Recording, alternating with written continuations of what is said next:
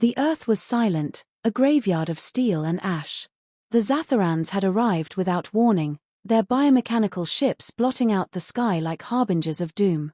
In mere weeks, they dismantled every form of human resistance. Cities crumbled under their assault, monuments to humanity's triumphs reduced to rubble. Those who survived were herded like cattle, enslaved to serve the whims of an alien race that regarded them as little more than vermin. The Zatharans didn't just conquer, they humiliated. The invaders thrived on their superiority, a species bred for war and domination. Their exoskeletal armor gleamed under Earth's sun, their weapons humming with lethal energy. Each Zatharan soldier was a living tank, equipped with biomechanical enhancements far beyond human comprehension. They spoke of their conquest in cold, clinical terms, a routine operation in their endless campaign across the galaxy. To them, humanity's defiance was a laughable, primitive attempt to resist the inevitable. But not all humans accepted defeat. In the shadows of their ruined cities and deep within the wilderness, whispers of rebellion stirred. Among these murmurs was a name that sent chills down even alien spines, Marcus Kane. The Zatharans dismissed it at first as myth, a desperate attempt by a broken people to cling to hope.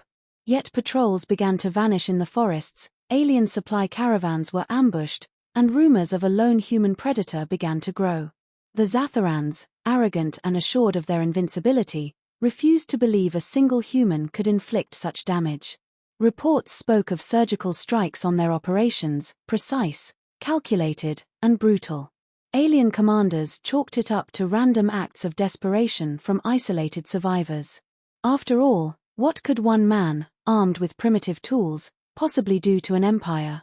But Marcus Kane was no ordinary man. He was a hunter, a survivor forged by Earth's harshest terrains. Unlike the soldiers who'd fallen before the Zatharans, Marcus didn't fight with conventional tactics. He was a phantom in the wilds, a master of camouflage and strategy. He moved with the precision of a predator, striking where the Zatharans were weakest and vanishing before they could retaliate. The stories of his attacks weren't just about his skill, they spoke of something more. The Zatharans claimed he wasn't alone. Some patrols reported the gleam of eyes in the dark, the low growls of beasts, and the flash of fangs before their squads were torn apart. These weren't just animals, though. They were larger, faster, and more intelligent than any Earth creature the Zatharans had catalogued. To the invaders, they were abominations, a threat they couldn't predict. Fear began to spread among the alien ranks. For the first time, the Zatharans faced an enemy that didn't cower or flee. The humans, broken and battered, found hope in the whispers of a hunter and his pack of wolves. It was only a matter of time before this legend would clash with the arrogance of their conquerors. Marcus Kane moved like a shadow through the wilderness, his every step calculated and silent. He had spent years adapting to a world no longer his own, surviving in an environment now patrolled by biomechanical overlords. Yet, even in the face of such overwhelming odds, Marcus had one advantage the Zatharans could never understand: the loyalty of his pack. His wolves were unlike any creatures born of Earth. Shadow, the black-furred scout, was almost invisible in the night, his steps silent as death itself. Fang, the largest of the pack, had a bite force that could crush through even the hardened exoskeletal armor of Zatharan troops. Then there was Luna, the silver-furred alpha, whose sharp instincts made her the perfect leader for the pack. Together, they weren't just animals, they were a unit, bonded by an unbreakable trust with their human leader. Marcus had found them shortly after the invasion, abandoned experimental subjects from a defunct human genetics lab. The wolves had been engineered for intelligence and strength, but it was their ability to communicate and work together that made them invaluable. Over months of survival, Marcus had trained them not just as companions but as soldiers. Hand signals, low whistles, and even the subtlest body language were enough to direct the wolves in coordinated strikes. They had become an extension of him, and he of them. The Zatharans, for all their advanced technology, underestimated Earth's terrain. Marcus used this to his advantage, leveraging every inch of the wilderness to outmaneuver and ambush his enemies. A patrol crossing a dense forest would find themselves disoriented as traps rigged from salvaged human materials disabled their machines. The Zatharans might catch a glimpse of Marcus, his face hidden beneath a camouflage hood, before Shadow pounced from above, severing an alien's breathing apparatus in a single strike. By the time they realized they were under attack, Fang would charge through their ranks, his powerful jaws tearing apart their formations, while Luna ensured no enemy escaped. These weren't random acts of violence. Marcus attacked with purpose, targeting supply lines, communications hubs, and alien outposts. Every strike was calculated to weaken the Zatharans' grip on Earth, to sow chaos among their ranks. For every victory, Marcus studied their weaknesses, adapting his strategies and training his pack to exploit them further. But Marcus wasn't just a warrior, he was a man haunted by loss. The memory of his family, taken by the Zatharans in the invasion's early days, drove him relentlessly. The wolves had become his only family now, a bond forged in blood and survival. In them, he found a reason to keep fighting, a glimmer of hope in a world overshadowed by despair. The Zatharans began to speak of the Beastman with unease. For the first time, their fear of something primitive, something unrelenting, crept into their otherwise cold and calculated demeanor. They were no longer the hunters. Marcus Kane and his wolves had made them the prey. Marcus knew the Zatharans' command structure was the key to dismantling their occupation. Their arrogance made them predictable. Their central hub, located in a heavily fortified facility deep in the mountains, controlled the flow of orders, reinforcements, and surveillance. It was the linchpin of their operations, and Marcus had spent weeks studying its patterns, defenses, and weaknesses. He wasn't just hunting, he was preparing for the single most dangerous mission he'd ever undertaken. The facility was a monolith of alien engineering, its walls pulsating with an otherworldly glow. Around it, patrols of Zatharan soldiers and drone sentries roamed tirelessly. But Marcus had noticed something the aliens had overlooked. Despite their technological prowess, their sensors struggled with dense, organic environments.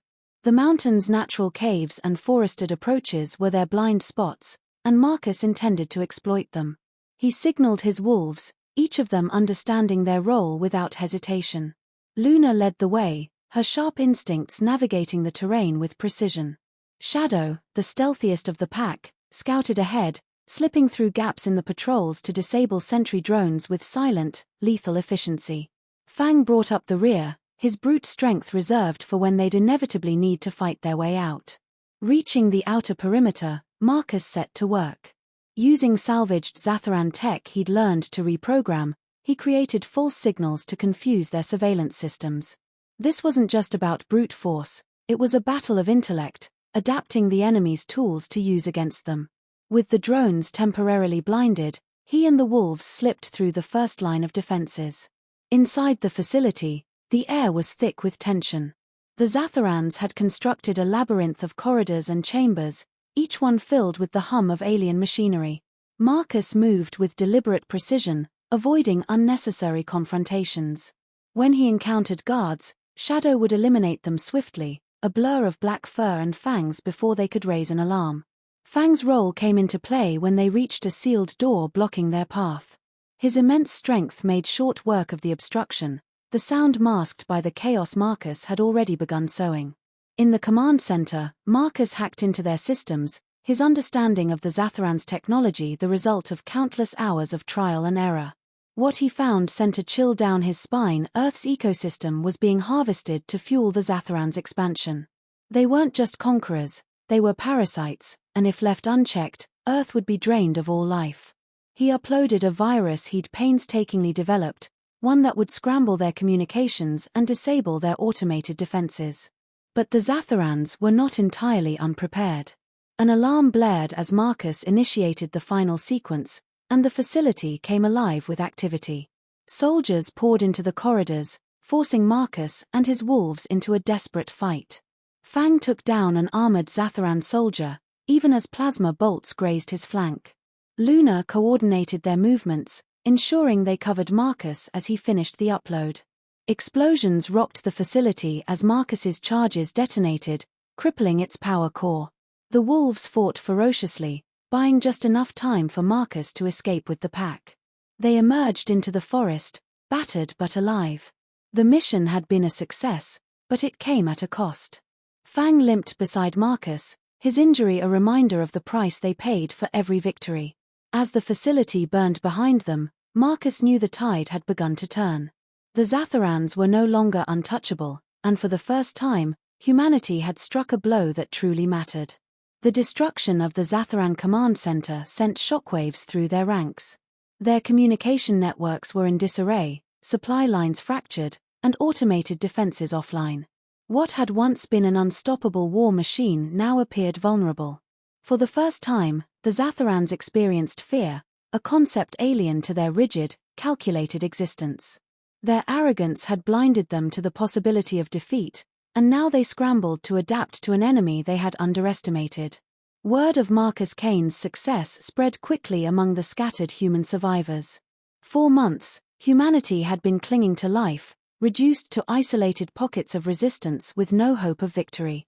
But Marcus's victory ignited a spark. His name became a rallying cry, a symbol of defiance against the invaders. People who had been too afraid to fight began to rise, inspired by the hunter who had turned the tide with nothing but cunning, grit, and an unbreakable bond with his wolves. The resistance grew in strength, uniting under a single cause. Marcus, though reluctant to lead, shared his knowledge and strategies, teaching others how to exploit the Zatharans' weaknesses. His methods were unconventional but effective, using the terrain to their advantage, salvaging alien technology, and striking where the enemy was least prepared. The wolves, now legends in their own right, became symbols of courage and loyalty. Luna, Shadow, and Fang worked alongside the resistance, their intelligence and combat prowess invaluable in skirmishes against the invaders. The Zatharans, unaccustomed to prolonged resistance, began to falter. Their forces were stretched thin as they attempted to regain control over Earth. Every victory by the resistance chipped away at their morale, their once unshakable confidence eroding with each defeat. The hunters had become the hunted, and the Zatharans found themselves fighting a war of attrition they were ill-prepared for. Marcus led a coordinated strike on one of the largest remaining Zatharan installations, a sprawling energy harvesting facility. It was a brutal battle, with human fighters and wolves working in unison to dismantle the alien defenses. Shadow disabled critical machinery, Fang broke through heavily guarded choke points, and Luna led precision assaults, her instincts guiding the resistance fighters like a seasoned commander. Marcus, armed with scavenged alien weaponry and his hunter's instincts, delivered the final blow, crippling the Zatharans' ability to extract resources from Earth.